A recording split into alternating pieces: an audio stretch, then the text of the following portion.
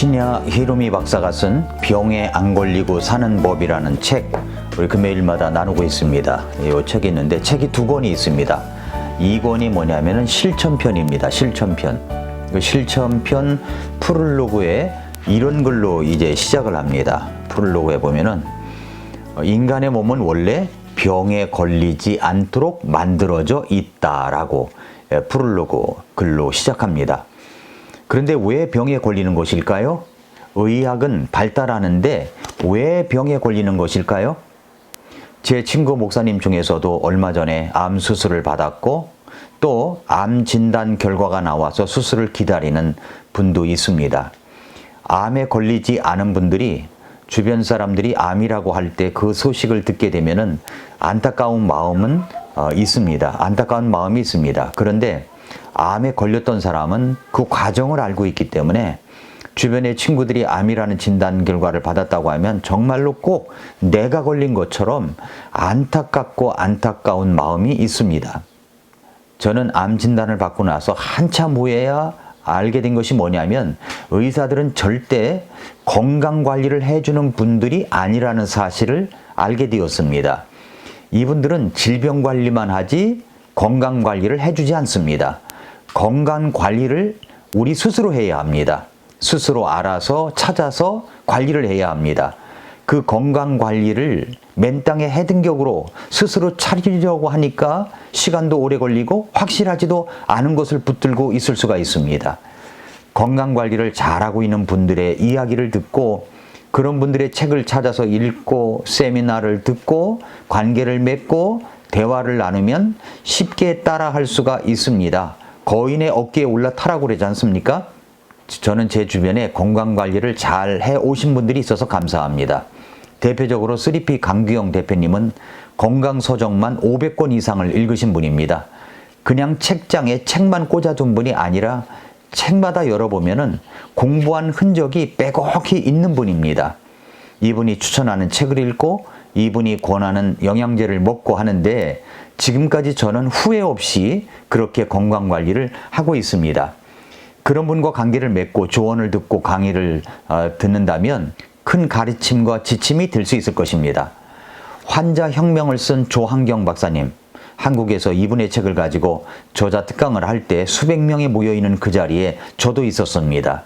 지금도 유튜버로서 건강에 대한 강의를 하고 있고 페이스북에서도 연일 좋은 건강 정보를 올려주고 있습니다. 기능의학을 하는 분으로서 저는 이런 분들의 이야기를 귀담아 듣습니다. 우리가 한 달 동안 이제 가까이 했던 신야 히로미 박사의 책도 우리가 가까이 한다면 우리가 만날 수는 없지만 좋은 친구로 삼으면 이 책을 통해서 좋은 친구로 삼으면 된다고 생각합니다.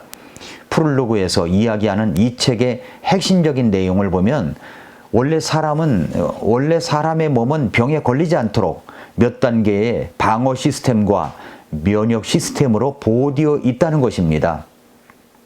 선천적인 문제가 없다면 또 과도하게 부자연스러운 일만 없다면 어느 정도 문제가 있어도 병에 걸리지 않는다고 말하고 있습니다. 그런데 왜 병에 걸립니까? 왜 병에 걸리죠? 그것은 오랜 시간에 걸쳐 조금씩 축적된 부자연스러운 식사와 그리고 부자연스러운 생활 습관 때문이라는 겁니다. 그래서 우리는 내 몸을 알아야 됩니다. 내 몸을 알아야 돼요. 그리고 무엇이 좋은 식품인지, 내 몸에 맞는 식품인지를 알아야 합니다. 그것을 모르기 때문에 병에 걸리는 것입니다. 그래서 신야 히로미 박사는 뭐라고 얘기하냐면은 생활 습관병은 자기 관리 결함병이다라고 이야기를 합니다. 내 건강은 내가 지켜야 합니다. 우리가 건강에 대한 공부를 하다 보면 내가 알고 있는 상식이 완전히 뒤집혀지는 이야기를 들을 때가 있죠. 예를 들어서 우유와 마가린은 위상에 나쁘다는 것, 녹차도 지나치게 마시면 위상을 나쁘게 한다는 것, 육류와 요구르트를 자주 먹는 사람은 위상이 좋지 않다는 것 등입니다. 아마 여러분들은 이런 상식을 갖고 있을지 몰라요. 칼슘을 섭취하려면 우유가 좋다. 또 건강을 위해서는 동물성 지방을 사용한 버터보다는 식물성 마가린이 낫다. 성장기 어린이는 양질의 동물성 단백질을 섭취해야 한다. 이런 상식은 시대에 뒤처진 영양학을 맹신하고 있다는 증거라는 겁니다. 이렇게 세상의 상식은 잘 바뀌지 않은 채 그런 상식을 제대로 공부하지도 않고 내 것으로 삼고 있었으니 우리는 우리 자신을 반성하고 다시 재정비해야 할 것 같습니다.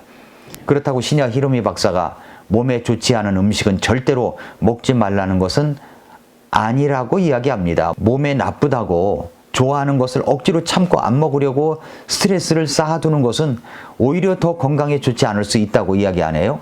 어쩌다가 먹는 몸에 좋지 않은 음식일지라도 우리 몸은 그런 것을 깨끗이 처리하고 건강을 유지할 수 있는 힘이 있기 때문에 스트레스보다는 좋아하는 음식을 먹을 수도 있다라고 이야기하고 있습니다. 반가운 이야기라고도 생각이 듭니다. 위와 장이 깨끗해지려면 엔자임 효소가 많아야 합니다. 엔자임 효소는 우리의 세포 속에서 만들어지는 생명의 유지와 활동에 절대 빠질 수 없는 요소죠.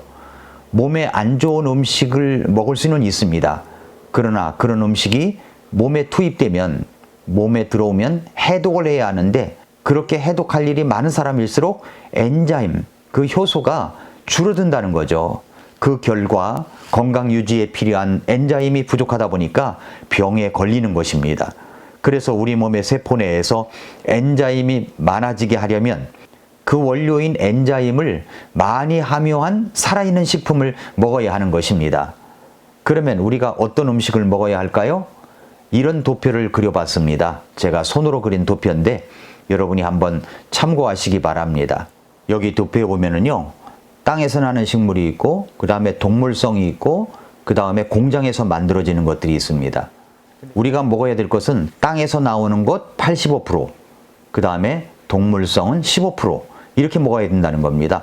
공장에서 나오는 것들은 먹어서는 안 된다는 거죠. 이것을 꼭 참고해서 우리가 음식을 섭취해야 될 것입니다. 이런 습관이 건강한 몸을 만드는 겁니다. 제가 이 책을 한번 쭉 훑어보겠습니다. 147쪽에 보면은 이런 이야기가 나옵니다. 147쪽에 대부분의 병은 유전보다도 습관의 원인이 있다는 겁니다. 그래서 병에 걸리는 사람은 반드시 이유가 있는데 그것은 뭐냐면 식생활이 불규칙하거나 불규칙한 식사, 먹는 방법이 잘못되어 있거나 또 생활 습관이 흐트러져 있거나 이 세 가지 사항에 모두 해당하는 경우가 있죠.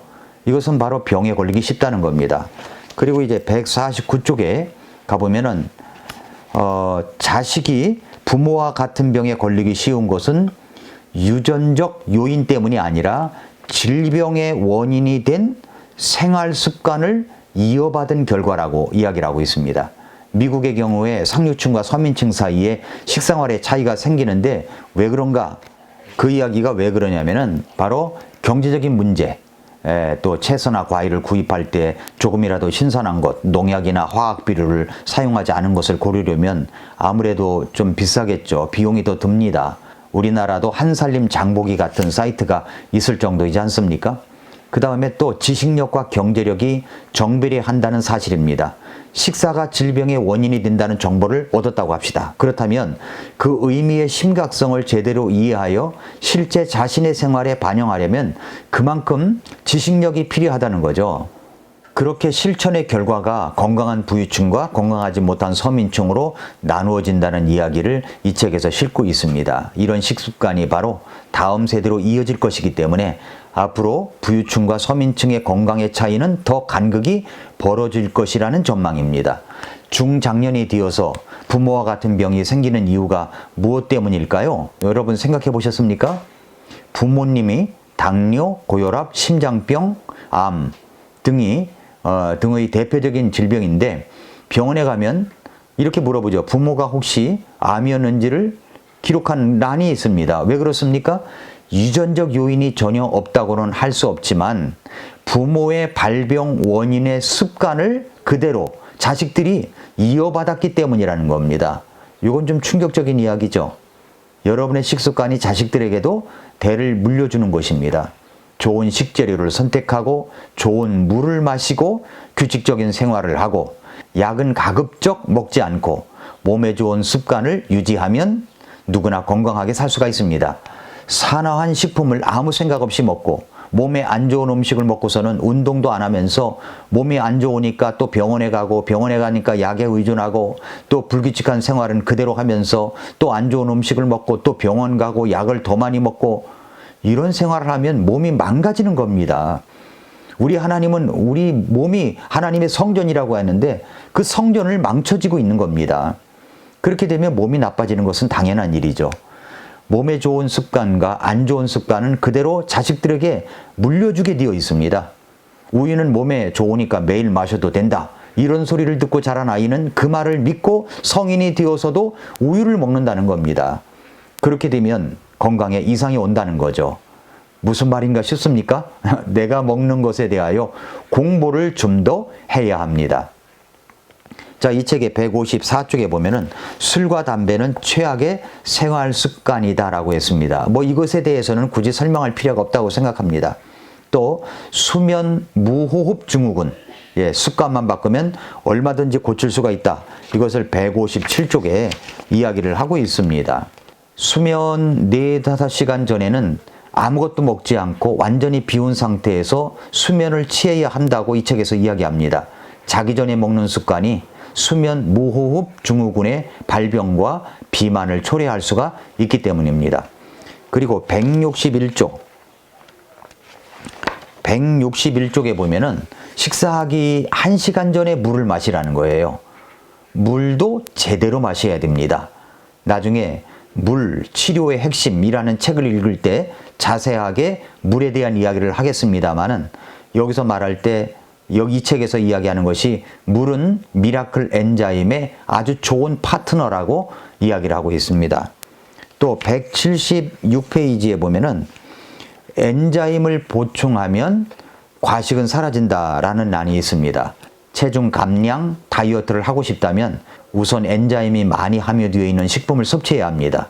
살찐 사람은 배가 고프기 때문에 먹는 것이 아니라 몸에 비타민이나 미네랄과 같은 미량 영양소나 엔자임을 원하기 때문에 자꾸 먹게 된다는 겁니다. 또 189쪽에 보면은 5분간 짧은 잠을 자는 것이 좋다고 합니다. 시냐 히로미 박사는 점심 식사 후에 20-30분간 낮잠을 자는 습관이 있는데 피곤할 때는 또 짧게 5분이라도 자주 자는 것이 좋다고 말하고 있습니다.